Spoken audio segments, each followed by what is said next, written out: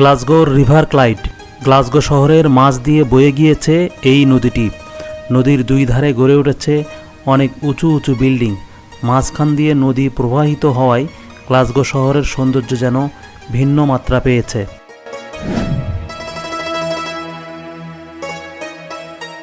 গ্লাসগোর river Clyde যুক্তরাজ্যের নবম বৃহত্তম নদী এবং স্কটল্যান্ডের দ্বিতীয় কিংবা তৃতীয় বৃহত্তম নদী। ঐতিহাসিকভাবে জাহাজ নির্মাণ এবং ব্যবসা বাণিজ্যের কারণে রিভার ক্লাইড নদীটি যুক্তরাজ্যের কাছে খুবই গুরুত্বপূর্ণ ছিল। রোমানরা রিভার ক্লাইডকে ক্লোটা এবং মধ্যযুগীয় সময়ে প্রথম দিকে ক্লাইড রিভার কুল্ট বা কুল্ট নামে পরিচিত ছিল।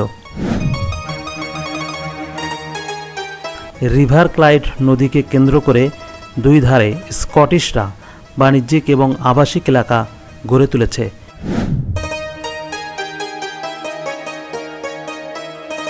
দুই ধারেই রয়েছে হাঁটার পথ। নদীর পাশে এমন ওয়াকিং ওয়ে পর্যটকদের কাছে সবসময়ই আকর্ষণীয় হয়ে থাকে।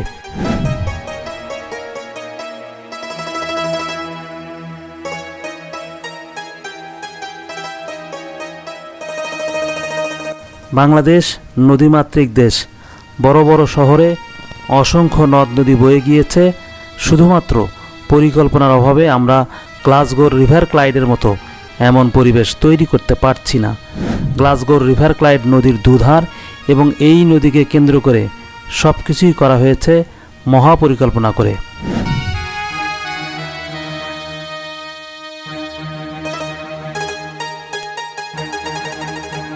একসময় নদীকে কেন্দ্র করে গড়ে উঠত যোগাযোগ ব্যবস্থা।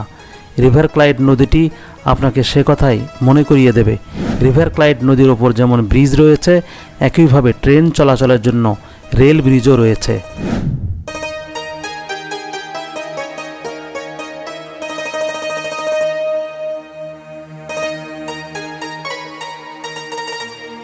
পর্যটকরা এখানে এলে রিভার বোট থেকে ভাড়ায় নদীতে ঘুরতে পারেন। নদীর একপাশে বেইলি ব্রিজটাকে দূর থেকে অনেক সুন্দর মনে হয়।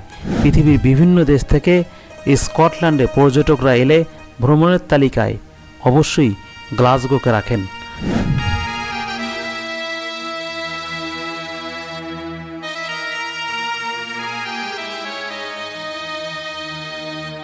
বাংলাদেশে যত নদী আছে সেগুলোকে সরকারিভাবে যদি নজর দেওয়া হয় তাহলে নদীর পার ঘেঁষে গ্লাসগোর রিভার ক্লাইডের চেয়েও মনোমুগ্ধকর পরিবেশ তৈরি করা সম্ভব।